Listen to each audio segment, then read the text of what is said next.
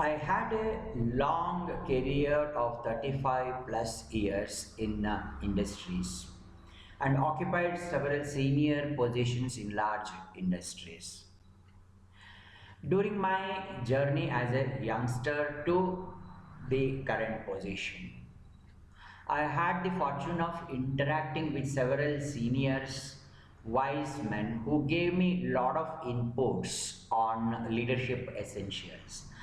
I thought I should share this knowledge through this platform for the benefit of youngsters so that they understand the needs right from the beginning and imbibe in them and see a faster career growth, be eligible to occupy higher senior positions at the earliest and see career fulfillment for themselves. Hi, this is Jagdish Kumar, MBA in General Management Concepts, doing this presentation. This is a beautiful statement. Please remember this forever. Leadership is all about getting things done harmoniously. For me, the most important word is harmoniously. Getting things done harmoniously.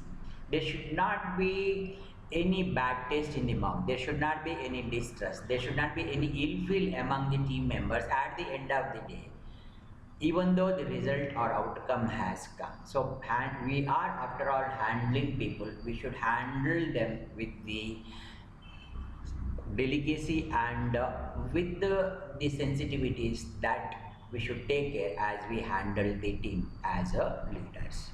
And also let us remember, we cannot be any more leaders if we lose the trust of the team. So that's why this is very, very important. There are three essential elements which I am going to cover. They are: one, building attitude. Attitude, as you know, is frame of mind, knowing why I should. When we get into a new area, for example, we find both good and bad. The general tendency is to look at the bad and feel sullen. This is not correct. Always please look at the brighter side of life, brighter side of opportunity wherever you go. This is a mindset or mind frame which is very, very important to develop.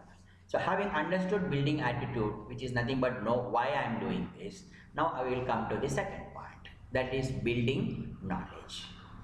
Please choose your direction, which domain you want to become the master. And since it is your decision, now you have to put 100% into that and be the best in the world.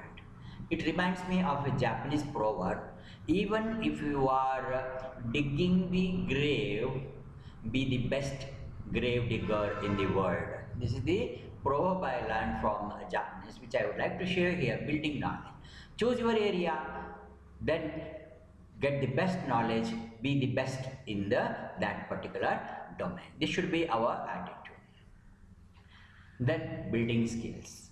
Many people think if they have multiple degrees and qualifications, they have all the competency. No. Knowledge is only knowing what you can do, what are the possibilities and so on. But skill only will tell you how to do. For example, if I conduct a session on swimming in the classroom for 6 months, give all the theoretical background and give a gold-plated certificate also, people cannot swim. Swimming can happen, they can learn only by getting into the swimming pool and really doing it. So skill and knowledge are different. Please appreciate this from now onwards. Knowledge is knowing what, whereas skill is knowing how to do it. This is equally important. Your knowledge becomes complete only when it is ready to be implemented and you are capable of implementing them for the benefit of the organization or for your own benefit. Now, this is one excellent figure that we can remember. When we have skills, knowledge and attitude, a small set where all of these are actually interacting, or a common set of these, which becomes a very small area, is nothing but our ability to do.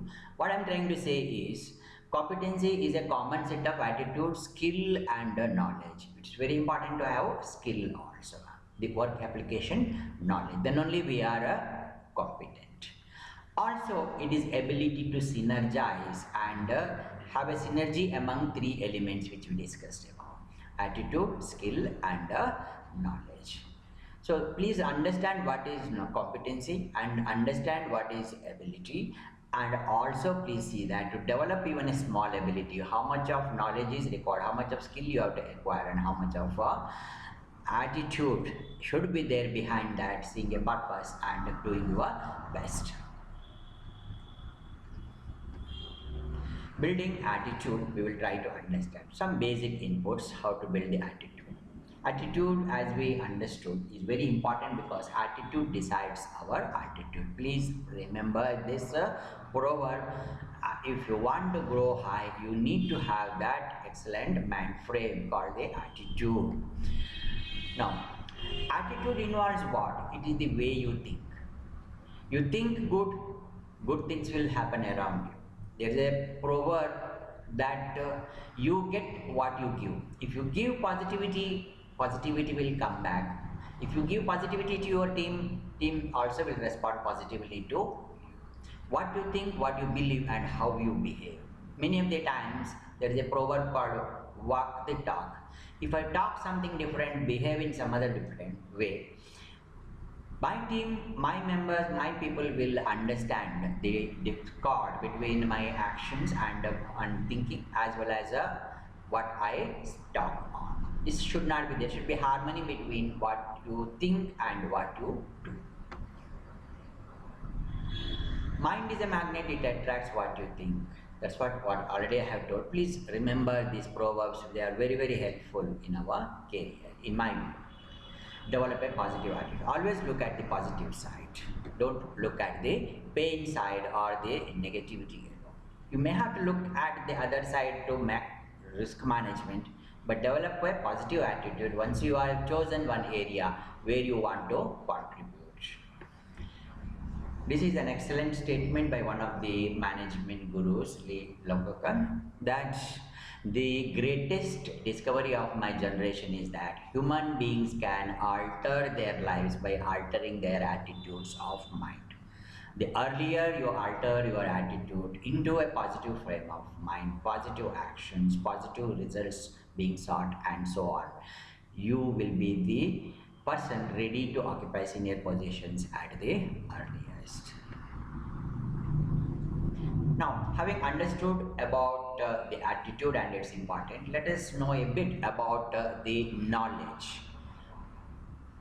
How to acquire knowledge. Knowledge is power. You decide which area, which domain you want to actually pursue your career on. Then be the best in the world on that, if possible. It may be an overstatement, but you should have such a high, lofty vision always. Unless there is a vision, there will not be an aligned or oriented action. You have to undergo the grind to acquire knowledge. There is no shortcut to acquire knowledge. You need to put your head down, put your efforts to get the best knowledge. This is in your hand, and knowledge should be in your minds, because whatever is in your minds only will help you to generate new ideas, new visions, and so on. So that's why they say the readers are leaders. You can see Warren Buffett and the business magnates, several big business magnates, they have one thing in common, that is they are voracious readers, because more you read, more things will get registered in your subconscious mind, which will churn and give you a better idea moving forward. Now, building skills. As I explained already, skill in doing comes only by doing. No amount of theory or no amount of qualifications and degrees are going to give you the skill. Unless you have the skill, the knowledge is only an information. There is a proverb, a knowledge which you are not able to apply, or a knowledge that is not converted into skill, is just an information. Please remember this very firmly in your minds.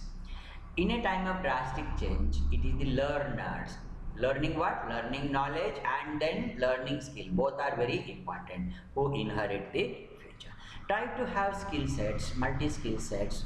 People are talking about now. Have skills in various domains. That will go a long way in helping your career. Constant effort should be to develop newer and newer skills, because now the current concept is multi-skilling.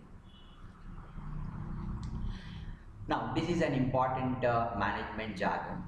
The illiterate of the 21st century are not who cannot read or write. The illiterate of the 21st century are those who cannot learn new things.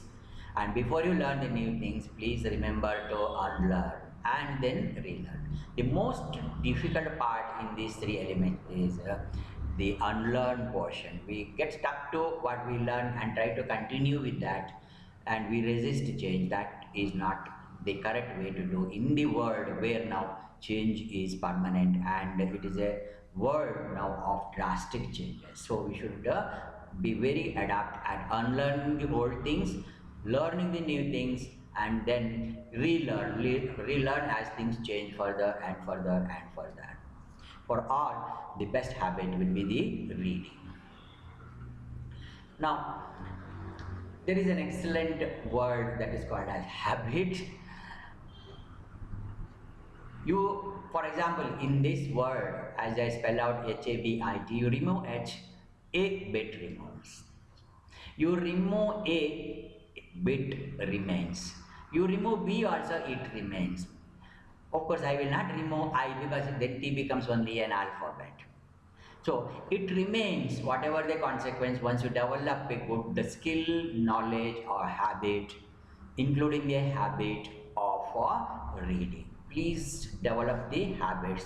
Then they become auto mode. You will not feel that as an effort. It may be slightly inconvenient in the beginning, but once you get used to that, it will become your part of life. Please subscribe to this channel. I will come out with a lot of more value adding sessions as I move forward. And please press the bell icon for notification for my future presentations. And if you like this simple starter on leadership, please give a thumbs up.